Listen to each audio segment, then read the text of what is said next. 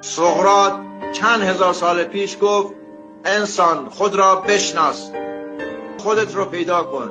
بهترین توانایی ها، بهترین ابزارها برای همه زندگیت وجود داره. از همون روزی که تو به دنیا آمدی امکاناتش هم باهات بوده.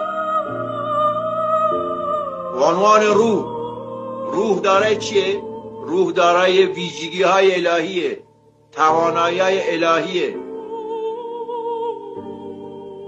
به جای اینکه اون قدرت درون روح خودت رو که ما بهش میگیم اک بیدارش کنی، نور و صوت خداونده، چسبیدی به فرشته مقرب و دعا و طلسم و کندالینی و جن و پری و کجای کار داری میری؟ کجای کار داری میری؟ تو خودت بزرگترین دستاورد خدایی.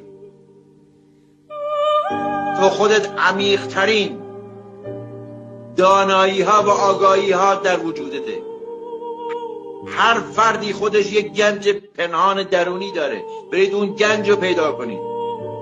از فرشته مقربتر خواهی شد. تمامی جانها میتونه رو نوک انگشتت بگرده. کجای کاری؟ خسته نشدید؟ کم گول بخورید، کم فریب این و اون، این پیچ و اون پیچ رو بخورید.